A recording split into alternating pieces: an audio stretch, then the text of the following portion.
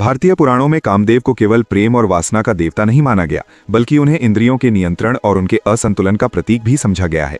कहा जाता है कि जहां इंद्रियां अनियंत्रित हो जाती हैं, वहां चेतना, कॉन्शियसनेस यानी जागरूकता धीरे धीरे कमजोर पड़ने लगती है।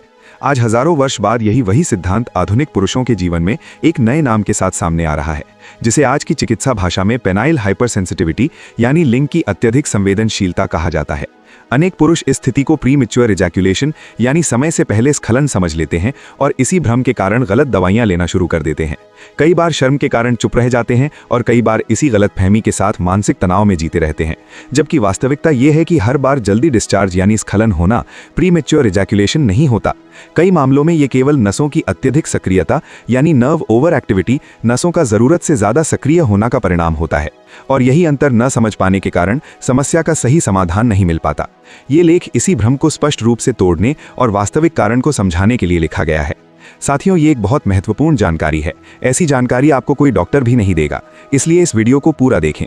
ये वीडियो हर इंसान को देखनी चाहिए, लड़का हो या लड़की। चलिए शुरू करते हैं। उस पल रवि ने पहली बार महसूस किया कि समस्या शर्म की नहीं, समझ, अंडरस्टैंडिंग की है, क्योंकि जो उसके साथ हो रहा था वो किसी रात, किसी नाम या किसी कहानी से शुरू नहीं हुआ था, बल्कि सालों से चुपचाप उसके शरीर में पल रहा था। हर बार वही पैटर्न, कोई गहरी उत्तेजना नहीं, कोई मानसिक कल्पना, मेंटल इमेजिनेशन नहीं, कोई तेज इच्छा, स्ट्रॉन्ग डिजायर नहीं, फिर भी हल्का सा स्पर्श, कपड़े का मामूली फ्रिक्शन यानी रगड़, या पार्टनर यानी साथी की उंगलियों का सामान्य सा टच यानी स्पर्श, और शरीर बिना पूछे अपना फैसला सुना देता। यहीं से भ्रम पैदा होता है। समाज इसे प्रीमैच्योर इजैक्यूलेशन यानी समय से पहले स्खलन कह देता है, लेकिन असल में दिमाग को मौका ही नहीं मिलता, क्योंकि रिएक्शन यानी प्रतिक्रिया दिमाग से पहले स्पाइनल रिफ्लेक्स यानी रीढ़ की हड्डी से होने वाली स्वतः प्रतिक्रिया में शुरू हो जाता है। भारतीय दर्शन में इसे अपान वायु का असंतुलन कहा गया है, और आधुनिक फिजियोलॉजी यानी शरीर विज्ञान इसे पेरिफेरल नर्व ओवर एक्टिविटी यानी बाहरी नसों की अत्यधिक सक्रियता कहती है। दोनों एक ही बात अलग भाषा में बोलते हैं। समस्या इच्छा, डिजायर की नहीं, नियंत्रण, कंट्रोल की है, और नियंत्रण तभी संभव है जब सही डायग्नोसिस यानी सही पहचान हो। लेकिन आज का आदमी गूगल का पेशेंट यानी मरीज बन चुका है। जैसे ही डिस्चार्ज यानी स्खलन जल्दी हुआ, उसने मान लिया कि वो पीई है। फिर शुरू होती है गलत दवाइयों की श्रृंखला। SSRI टैबलेट्स यानी ऐसी दवाइयां जो ब्रेन केमिस्ट्री यानी दिमाग की रासायनिक संरचना बदल देती हैं। कुछ समय के लिए इजैक्यूलेशन डिले यानी स्खलन में देरी तो हो जाता है, लेकिन साथ में लिबिडो यानी यौन इच्छा गिरती है, इरेक्शन यानी स्तंभन कमजोर होती है, और सबसे खतरनाक चीज आती है फियर कंडीशनिंग यानी डर का दिमाग में बैठ जाना। अब आदमी सेक्स यानी यौन संबंध से नहीं डरता, बल्कि अपने ही शरीर से डरने लगता है। यहीं से समस्या बढ़ती है, क्योंकि हाइपर सेंसिटिविटी में डर नर्व्स यानी नसों को और ज्यादा रिएक्टिव यानी अति संवेदनशील बना देता है। साइंस यानी विज्ञान साफ कहती है कि ग्लांस पीनस यानी लिंग के अग्रभाग में मौजूद माइसनर कॉर्पस्कल्स यानी स्पर्श संवेदना वाले तंत्रिका रिसेप्टर और फ्री नर्व एंडिंग्स यानी खुली संवेदनशील नसें कुछ लोगों में ज्यादा डेंस यानी सघन और हाइपर रिस्पॉन्सिव यानी अत्यधिक प्रतिक्रिया देने वाली होती हैं। यानी जो सेंसेशन यानी अनुभूति किसी के लिए प्लेजर सिग्नल यानी आनंद का संकेत है, वही सेंसेशन किसी और के लिए डायरेक्ट डिस्चार्ज ट्रिगर यानी सीधा स्खलन संकेत बन जाती है। ये कोई कमजोरी नहीं, बल्कि बायोलॉजिकल वेरिएशन यानी जैविक भिन्नता है। लेकिन समाज वेरिएशन को स्वीकार नहीं करता। वो लेबल यानी ठप्पा लगाता है और लेबल के साथ शर्म देता है। यहीं पर माइथोलॉजी यानी पौराणिक दृष्टि एक अलग रोशनी देती है। कामदेव की कथा सिर्फ प्रेम की नहीं, बल्कि इंद्रियों की शक्ति और खतरे की कथा है। कामदेव तब तक देवता हैं जब तक वो चेतना के अधीन है, और जैसे ही वो नियंत्रण से बाहर जाते हैं, विनाश का कारण बनते हैं। आज का पुरुष उसी स्थिति में है। उसकी इंद्रियां चेतना से तेज चल रही हैं, उसका मन तैयार है लेकिन शरीर नहीं, और वो खुद को दोषी मान रहा है, जबकि दोषी वो नहीं बल्कि गलत समझ, मिसअंडरस्टैंडिंग है। मेडिकल रिसर्च बताती है कि हाइपर सेंसिटिविटी में इजैक्यूलेशन रिफ्लेक्स यानी स्खलन प्रतिक्रिया पेरिफेरल लेवल यानी बाहरी स्तर पर ट्रिगर होती है। इसका मतलब यह हुआ कि सॉल्यूशन यानी समाधान भी पेरिफेरल लेवल पर ही काम करेगा। यही वजह है कि टॉपिकल डिसेंसिटाइजर्स यानी ऊपर से लगाए जाने वाले सुन्न करने वाले पदार्थ जैसे लाइडोकेन बेस्ड स्प्रेज या जेल्स प्रभावी होते हैं, क्योंकि वो नर्व एंडिंग्स यानी नसों के सिरों की फायरिंग यानी सक्रियता को टेम्परेरीली यानी कुछ समय के लिए नॉर्मलाइज यानी संतुलित करते हैं। ये इलाज नहीं बल्कि ट्रेनिंग व्हील्स यानी सहायक साधन है। असल काम शुरू होता है न्यूरोमस्कुलर रीट्रेनिंग यानी नसों और मांसपेशियों को दोबारा प्रशिक्षित करने से। स्टॉप स्टार्ट टेक्निक और स्क्वीज टेक्निक सिर्फ पुराने घरेलू नुस्खे नहीं, बल्कि स्पाइनल रिफ्लेक्स मॉड्यूलेशन यानी रीढ़ की प्रतिक्रिया को नियंत्रित करने के साइंटिफिक यानी वैज्ञानिक तरीके हैं। इसी तरह पेल्विक फ्लोर एक्सरसाइजेज यानी पेल्विक मांसपेशियों के व्यायाम, जिन्हें योग में मूल बंध कहा गया है, इजैक्यूलेशन रिफ्लेक्स पर कॉन्शियस कंट्रोल बनाती हैं। प्रॉब्लम तब आती है जब आदमी बिना समझे सिर्फ गोली पर भरोसा करता है, जबकि गोली ब्रेन को शांत करती है, और यहाँ ब्रेन गड़बड़ ही नहीं है, असल गड़बड़ी नर्व्स यानी नसों की सेंसिटिविटी यानी संवेदनशीलता में है, और नर्व्स जीवन शैली से गहराई से जुड़ी होती हैं। हाई शुगर लेवल्स नर्व्स को इरिटेट यानी उत्तेजित करते हैं। थायराइड इम्बैलेंस नर्व सिग्नलिंग को बिगाड़ता है। विटामिन B12 की कमी नर्व शीट यानी नसों की सुरक्षा परत को कमजोर करती है, और क्रॉनिक स्ट्रेस यानी लंबे समय का तनाव सिंपैथेटिक नर्वस सिस्टम यानी सहानुभूति तंत्रिका तंत्र को परमानेंटली यानी हमेशा के लिए ओवरड्राइव यानी अत्यधिक सक्रिय अवस्था में डाल देता है। इन सब का सीधा असर सेक्सुअल रिफ्लेक्सेस यानी यौन प्रतिक्रियाओं पर पड़ता है, लेकिन कोई ये बात नहीं करता, क्योंकि इस पर बात करना आसान नहीं है। शर्म आसान है, मजाक आसान है, गलत लेबल आसान है, समझ मुश्किल है, और जब समझ नहीं होती तो आदमी खुद को ही दुश्मन मान लेता है। यहीं से कहानी का असली सवाल पैदा होता है। क्या समस्या सच में जल्दी निकलने की है या गलत समझे जाने की? और क्या समाधान दवाइयों में है या सही जानकारी में? यही वो मोड़ है जहां से या तो आदमी खुद को हमेशा के लिए ब्रोकन यानी टूटा हुआ मान लेता है, या फिर पहली बार अपने शरीर को समझने की कोशिश करता है। समस्या तब और गहरी हो जाती है जब ये शरीर से निकलकर रिश्तों में घुस जाती है, क्योंकि हाइपर सेंसिटिविटी अकेले आदमी की नहीं बल्कि उसके पार्टनर यानी साथी की भी परीक्षा लेती है। यहाँ से कहानी सिर्फ डिस्चार्ज की नहीं रह जाती, बल्कि भरोसे, समझ और संवाद की बन जाती है। अधिकतर पुरुष इस बिंदु पर चुप हो जाते हैं। वो बताते नहीं, समझाते नहीं, बस अवॉइड यानी टालना शुरू कर देते हैं। कभी थकान का बहाना, कभी मूड न होने का, कभी काम का दबाव, लेकिन भीतर एक ही डर चलता रहता है कि कहीं फिर वही ना हो जाए। यही डर सबसे बड़ा दुश्मन बनता है, क्योंकि न्यूरोसाइंस साफ कहती है कि फियर एंटिसिपेशन यानी डर की आशंका सिंपैथेटिक नर्वस सिस्टम को एक्टिवेट करती है और सिंपैथेटिक ओवरड्राइव इजैक्यूलेशन रिफ्लेक्स को तेज कर देता है। मतलब जिस चीज से आदमी बचना चाहता है वही चीज उसके डर से और जल्दी हो जाती है। पार्टनर इसे अक्सर रिजेक्शन यानी अस्वीकृति समझ लेती है। उसे लगता है कि शायद आकर्षण कम हो गया है, शायद इच्छा नहीं रही, शायद वो अब पहले जैसा नहीं रहा, और पुरुष इस गलतफहमी को साफ करने की जगह खुद को और भीतर बंद कर लेता है। यहीं से इमोशनल डिस्टेंस यानी भावनात्मक दूरी पैदा होती है, जो किसी भी फिजिकल प्रॉब्लम यानी शारीरिक समस्या से ज्यादा खतरनाक होती है। भारतीय दर्शन में कहा गया है कि जब संवाद टूटता है तो संबंध नहीं टिकते, और मॉडर्न साइकोलॉजी भी यही कहती है कि अनस्पोकन एंजाइटी यानी बिना कही चिंता इंटीमेसी यानी अंतरंगता को धीरे धीरे खत्म कर देती है। इस स्टेज यानी अवस्था पर बहुत से पुरुष खुद को मेंटली वीक यानी मानसिक रूप से कमजोर मानने लगते हैं, जबकि असल में उनकी समस्या मेंटल यानी मानसिक नहीं बल्कि न्यूरोलॉजिकल यानी तंत्रिका संबंधी होती है। ग्लांस की ओवर सेंसिटिविटी, अग्रभाग की अत्यधिक संवेदनशीलता, लो स्टिमुलेशन थ्रेशहोल्ड यानी कम उत्तेजना सीमा, और स्पाइनल रिफ्लेक्स डोमिनेंस यानी रीढ़ की प्रतिक्रिया का प्रभुत्व, ये सब ऐसे शब्द हैं जो उन्हें कभी बताए ही नहीं गए। उन्हें बस बताया गया कि तुम जल्दी खत्म हो जाते हो, और इस एक वाक्य ने उनकी पूरी सेक्सुअल आइडेंटिटी यानी यौन पहचान को चोट पहुंचा दी। यहीं से परफॉर्मेंस एंजाइटी यानी प्रदर्शन संबंधी चिंता जन्म लेती है। अब हर इंटीमेट मोमेंट यानी अंतरंग पल एक एग्जाम यानी परीक्षा बन जाता है, जहां फेल होने का डर प्लेजर यानी आनंद से बड़ा हो जाता है, और प्लेजर के बिना इंटीमेसी मैकेनिकल यानी यांत्रिक बन जाती है। साइंस इसे कंडीशनिंग यानी आदत बन जाना कहती है। जब बार बार एक ही डर और एक ही परिणाम जुड़ जाते हैं तो दिमाग उस पैटर्न को परमानेंट यानी स्थायी मान लेता है। लेकिन यहाँ आयरनी ये है कि ब्रेन असली कल्प्रिट नहीं होता, असल कल्प्रिट नर्व्स यानी नसें होती हैं। फिर भी आदमी ब्रेन को दबाने के लिए दवाइयाँ लेता है। SSRI एंटी एंजाइटी पिल्स यानी चिंता कम करने वाली गोलियां, डिले कैप्सूल्स यानी देरी करने वाले कैप्सूल्स, इन सब का असर पेरिफेरल नर्व्स यानी बाहरी नसों पर नहीं बल्कि सेंट्रल प्रोसेसिंग यानी केंद्रीय प्रक्रिया पर पड़ता है, जिससे सेंसेशन यानी अनुभूति डल यानी सुस्त हो जाती है, डिजायर यानी इच्छा कम हो जाती है, और आदमी खुद को और ज्यादा डिस्कनेक्टेड यानी कटा हुआ महसूस करता है। इस डिस्कनेक्ट को माइथोलॉजी यानी पौराणिक दृष्टि एक अलग नजर से देखती है। तंत्र में कहा गया है कि जब ऊर्जा का प्रवाह ऊपर और नीचे के केंद्रों में संतुलित नहीं रहता तो व्यक्ति प्लेजर को संभाल नहीं पाता। आज की भाषा में इसे पेल्विक फ्लोर वीकनेस यानी पेल्विक मांसपेशियों की कमजोरी और पुअर न्यूरोमस्कुलर कोऑर्डिनेशन यानी कमजोर नस मांसपेशीय तालमेल कहा जाएगा। यही वजह है कि केवल स्प्रे या जेल कभी कभी काफी नहीं होता। वो टेम्पररी रिलीफ यानी अस्थायी राहत देता है, लेकिन लॉन्ग टर्म कंट्रोल यानी लंबे समय का नियंत्रण ट्रेनिंग यानी प्रशिक्षण से आता है। स्टॉप स्टार्ट और स्क्वीज टेक्निक्स सिर्फ बेडरूम ट्रिक्स नहीं बल्कि स्पाइनल रिफ्लेक्स मॉड्यूलेशन यानी रीढ़ की प्रतिक्रिया को नियंत्रित करने के वैज्ञानिक तरीके हैं। इसी तरह पेल्विक फ्लोर एक्सरसाइजेस यानी पेल्विक मांसपेशियों के व्यायाम, जिन्हें योग में मूल बंध कहा गया है, इजैक्यूलेशन रिफ्लेक्स पर कॉन्शियस कंट्रोल बनाती हैं। प्रॉब्लम तब आती है जब आदमी बिना समझे सिर्फ गोली पर भरोसा करता है, जबकि गोली ब्रेन को शांत करती है, और यहाँ ब्रेन गड़बड़ ही नहीं है। असल गड़बड़ी नर्व्स यानी नसों की सेंसिटिविटी यानी संवेदनशीलता में है, और नर्व्स जीवन शैली से गहराई से जुड़ी होती हैं। हाई शुगर लेवल्स नर्व्स को इरिटेट यानी उत्तेजित करते हैं। थायराइड इम्बैलेंस नर्व सिग्नलिंग को बिगाड़ता है।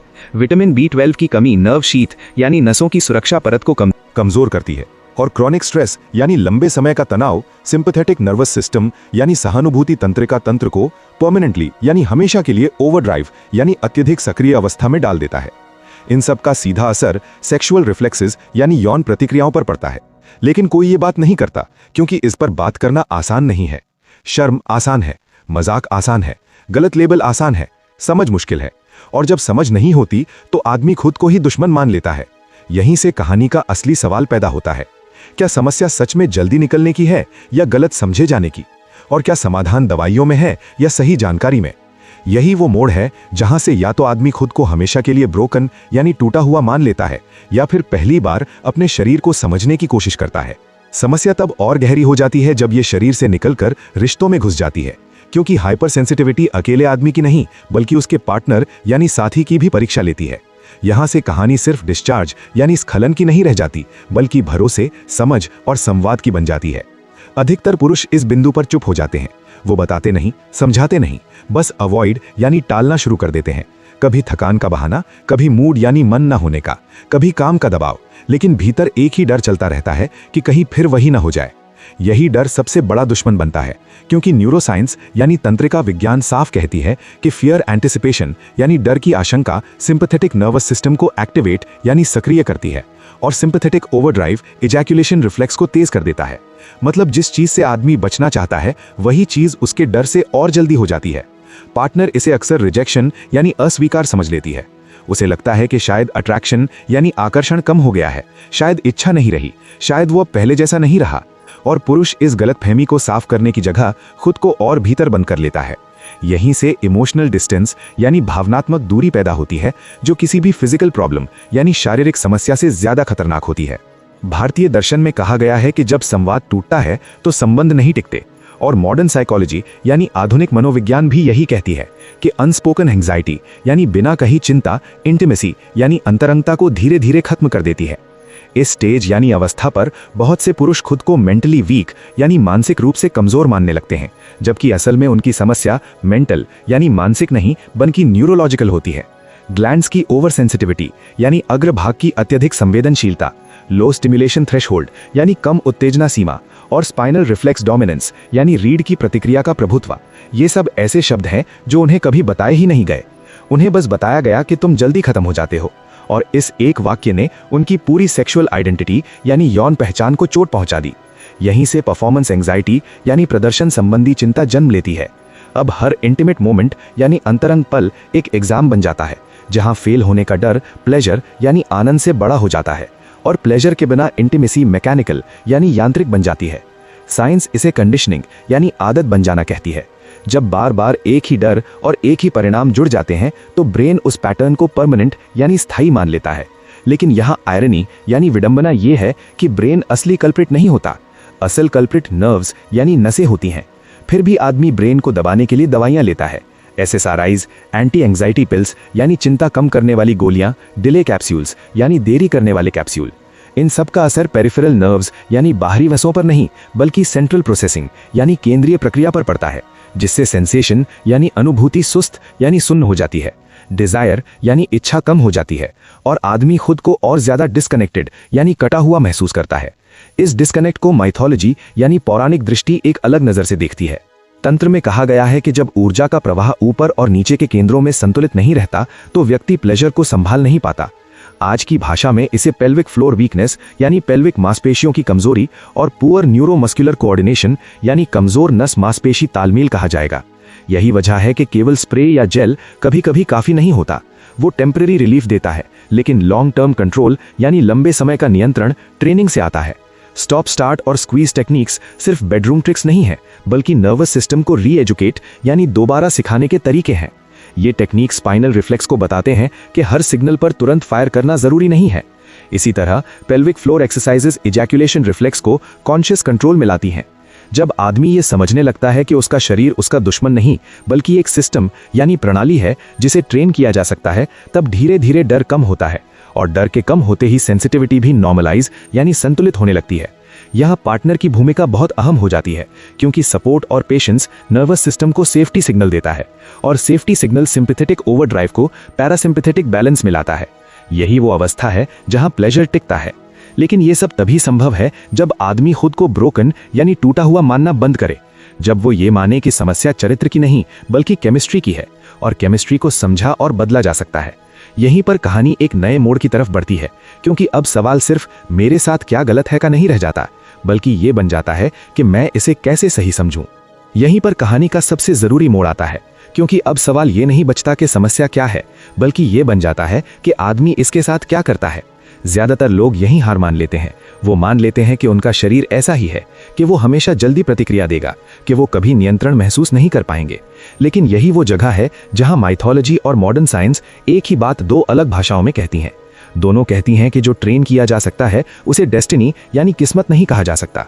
तंत्र में इसे साधना कहा गया है और न्यूरोसाइंस इसे कंडीशनिंग रिवर्सल यानी आदत बदलना कहती है।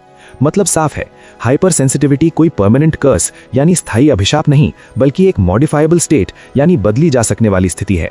लेकिन बदलाव तब शुरू होता है जब आदमी खुद को विक्टिम यानी पीड़ित मानना छोड़ता है, जब वो ये स्वीकार करता है कि उसने अब तक गलत लेबल के साथ लड़ाई लड़ी है और अब सही दुश्मन की पहचान करनी है। यहीं पर सबसे पहली एक्शन यानी कार्यवाही आती है। गलत डायग्नोसिस को खारिज करना, हर जल्दी डिस्चार्ज को पीई मानना बंद करना, हर गोली को सॉल्यूशन समझना बंद करना और अपने शरीर को ऑब्जर्व यानी देखना शुरू करना। ये समझना कि ट्रिगर मेंटल है या फिजिकल, ये महसूस करना कि डिस्चार्ज इच्छा से पहले होता है या इच्छा के बाद, क्योंकि यही फर्क हाइपर सेंसिटिविटी और पीई के बीच की रेखा है। दूसरी एक्शन है फियर साइकिल को तोड़ना, क्योंकि डर सेंसिटिविटी को कई गुना बढ़ा देता है। साइंस कहती है कि जब नर्वस सिस्टम को सेफ्टी सिग्नल मिलता है तो नर्व फायरिंग नॉर्मलाइज होती है। इसका मतलब है कि शर्म और छुपाने की जगह जानकारी और संवाद चुनना, पार्टनर को समस्या नहीं बल्कि प्रक्रिया में शामिल करना, क्योंकि सहयोग नर्वस सिस्टम के लिए मेडिसिन यानी दवा की तरह काम करता है। तीसरी एक्शन है बॉडी बेस्ड सॉल्यूशंस को अपनाना, न कि सिर्फ ब्रेन बेस्ड दवाइयों को। टॉपिकल डिसेंसिटाइजर्स का सही उपयोग करना, उन्हें जादू की छड़ी नहीं बल्कि ट्रेनिंग सपोर्ट की तरह देखना। स्टॉप स्टार्ट और स्क्वीज टेक्निक्स को कैजुअल टिप्स नहीं बल्कि डेली प्रैक्टिस मानना। पेल्विक फ्लोर एक्सरसाइजेस को ऑप्शनल नहीं बल्कि फाउंडेशन समझना, क्योंकि इजैक्यूलेशन रिफ्लेक्स मसल और नर्व के कोऑर्डिनेशन से ही कंट्रोल होता है। चौथी एक्शन है लाइफस्टाइल करेक्शन यानी जीवन शैली सुधार, जिसे लोग सबसे ज्यादा इग्नोर करते हैं।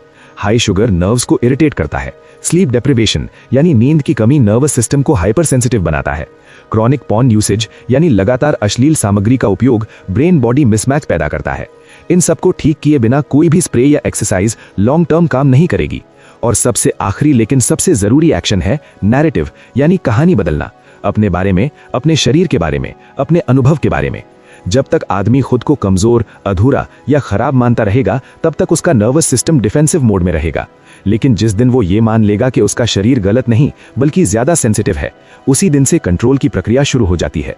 यही वो बिंदु है जहां माइथोलॉजी फिर से प्रासंगिक हो जाती है।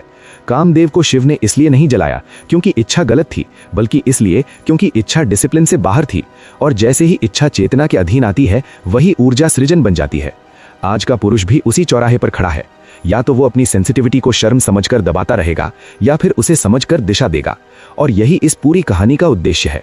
चुप मत रहो, खुद को लेबल मत करो, गलत दवाइयों के पीछे मत भागो, अपने शरीर को समझो, सही डायग्नोसिस लो, सही टूल्स अपनाओ और ये मानो कि कंट्रोल कोई गिफ्ट नहीं बल्कि स्किल है जो सीखी जा सकती है, ट्रेन की जा सकती है और हासिल की जा सकती है। क्योंकि अंत में समस्या डिस्चार्ज की नहीं बल्कि जागरूकता की होती है। और जिस दिन जागरूकता आ जाती है, उसी दिन समस्या आधी खत्म हो जाती है। आशा करता हूं साथियों, मेरे द्वारा दी गई जानकारी से आप संतुष्ट होंगे। जाते जाते वीडियो को लाइक जरूर कर देना और कहानी सुनो स्टोरी ट्रेलर चैनल को सब्सक्राइब कर लेना। मिलते हैं नेक्स्ट वीडियो में, तब तक अपना ख्याल रखें। बाय, धन्यवाद।